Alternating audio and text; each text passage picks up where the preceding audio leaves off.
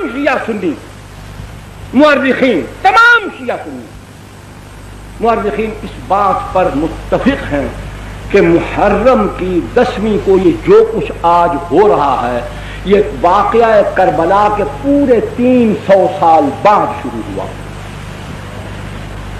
ایک تو خود واقعہ کربلا رسول اللہ صلی اللہ علیہ وسلم سے 60 برس بعد یا 58 برس بعد تقریباً واقعہ خود رسول اللہ کے بعد ہو رہا،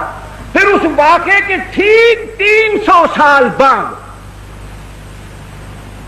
ایک ایرانی نسل شیعہ معز الدولہ دہلوی بویہ خاندان کا اپنی چالاکی، عیاری، مکاری، تقیہ اس کی بنیاد پر وہ مسلمانوں کی حکومت میں گھسا، وزیر بنا۔ اس نے بغداد کے اندر سب سے پہلے جلال الدین سیوطی رحمۃ اللہ علیہ اور غالباً البدایہ والنہایہ والے بزرگوں نے 351 ہجری لکھا ہے، باقی تمام بزرگوں نے 352 ہجری میں معز الدولہ دہلوی رافضی شیعہ نے، ایرانی تھا، اس نے سب سے پہلے 10ویں محرم کو حکم جاری کیا کہ بازار بند کر دیے جائیں، نان بائی پکانا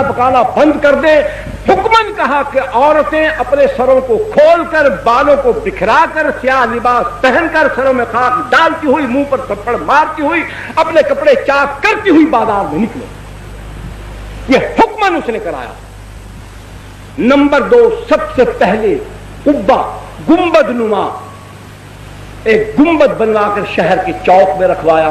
اس پر ٹاٹ ڈالے، وہ نمونہ بنایا سیدنا حسین رضی اللہ تعالیٰ عنہ کے مزار کا۔ یہ پہلا کام بھی اسی نے کیا۔ تیسرا، اپنے دور حکومت کے اندر بغداد کی تمام مساجد کے دروازوں پر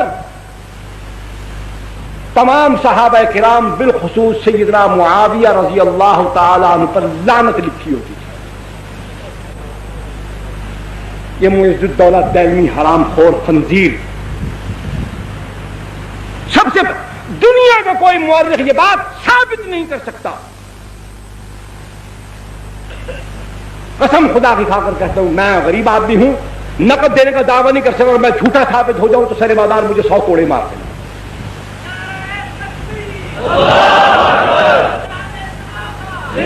سیدنا حسین رضی اللہ تعالی عنہ کی شہادت کے ٹھیک 300 سال بعد معز الدولہ دہلوی، نام یاد رکھیے،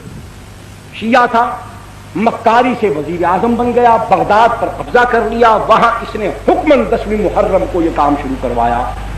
عورتوں کو حکمن باہر بھیجا کہ سر کھولو، بال کھولو، سیاہ لباس پہنو، سینہ کوبی کرو، اپنے منہ پر تھپڑ مارو، سر میں راکھ ڈالو، نوح خانی کرو، واہ پیدا کرو۔ پھر سمجھ لو کہ یہ کیا آسان طریقہ تھا کہ جب عورتیں نوجوان ہوں، خوبصورت ہوں، سیاہ لباس ہو، بال کھلے ہوں، وہ واویلا کرتی ہوں تو تماشا ہوگا کہ نہیں ہوگا؟ دیکھنے والا کون کون شیطان کہاں کہاں سے اٹھ کر نہیں آئے گا؟ اور یہاں تو وہ کیا ہے آگے اس حالت میں، وہ یاد نہیں آ رہا، فارسی کا شعر ہے کہ بڑے بڑے عباد اور زہاد جو ہوتے ہیں ان کا وضو بھی ٹوٹ جاتا، تسبیحیں ہاتھ سے چھوٹ جاتی ہیں۔ اس انداز میں اگر بازار کے اندر حسن کی فراوانی ہو اور جلوہ یار یوں حشر بدامہ ہو کر نکلے تو پھر کہاں کون ٹھہر سکتا ہے؟ بغداد کی سرزمین، بادشاہ کا حکم، اقتدار کا حکم، پھر کون نکلا ہوگا اور کس کس کو نکالا گیا ہوگا؟ کیسی کیسی ڈھونڈ ڈھونڈ کر نکالی ہوں گی، کیسے کیسے جلوے مہیا کیے گئے ہوں گے، کیسی کیسی افسرائیں نرتقیں دکھاتی ہوئی وہاں جلوہ افروز ہوئی ہوں گی۔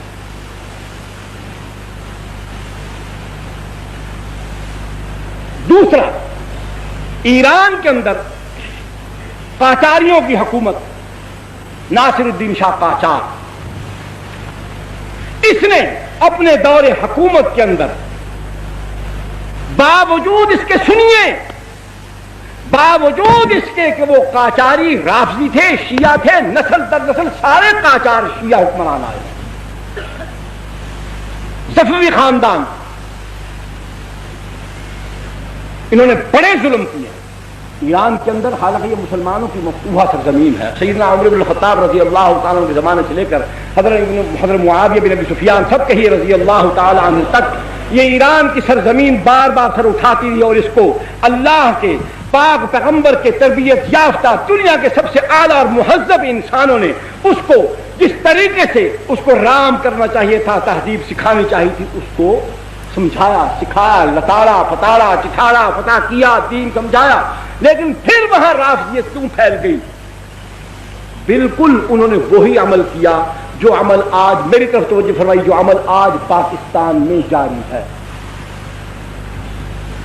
انہوں نے وہاں سنی مسلمان عوام کو کچھ نہیں کہا، صفوی خاندان کے بادشاہوں نے 20,000 سے زائد علماء کو قتل کر دیا، صرف علماء کو قتل کیا۔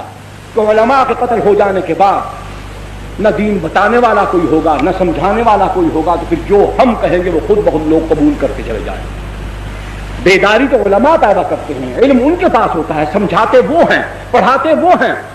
عقائد کی اصلاح ہو، اعمال کی اصلاح ہو، اخلاق کی اصلاح ہو، سیاسیات کا معاملہ ہو، اجتماعیات کا معاملہ ہو، جب بتانے والوں کو، سمجھانے والوں کو، سکھانے والوں کو، رہبری کرنے والوں کو، قیادت کرنے والوں کو، سیادت کرنے والوں کو، ان سب کو مٹا دیا گیا، جس طریقے سے پاکستان کے اندر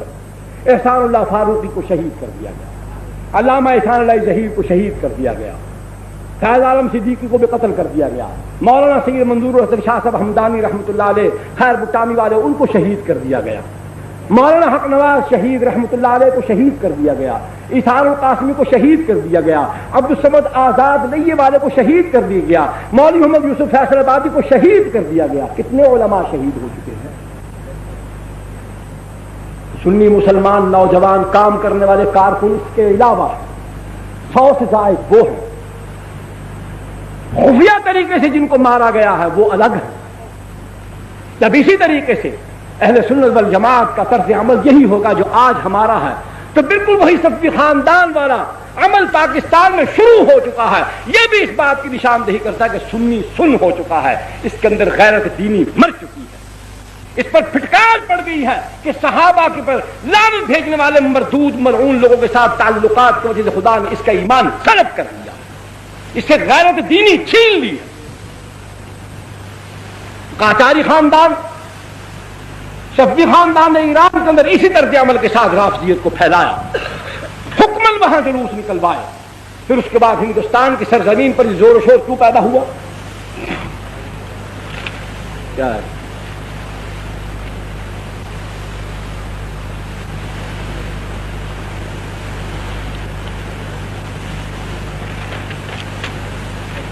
ہندوستان کے اندر بھئی آپ توجہ میری طرف رکھیں، کان اور آنکھ میری طرف رکھیں، ہاتھ جیب میں ڈالتے جائیں، اس پر میں کوئی اعتراض نہیں کرتا۔ بالکل جی، بسم اللہ۔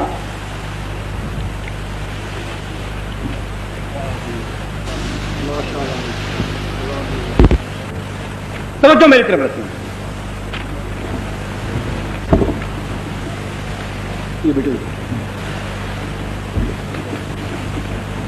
ہندوستان میں اورنگزیب عالمگیر رحمت اللہ علیہ کے بعد لکھنؤ کے علاقے میں، اودھ کے علاقے میں، یہاں ایک گورنر تھا، نمائندہ تھا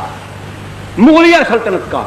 مغلیہ سلطنت کے اندر جب زوال آیا، کمزوری آئی، طوائف الملوکی پھیلی، ہر علاقے میں جہاں جہاں کو گورنر تھا وہ اپنے طور پر بادشاہ بن بیٹھا، القابات اپنے بنا لیے، اپنے علاقے کو، صوبے کو اس نے خود ایک سلطنت بنا لیا۔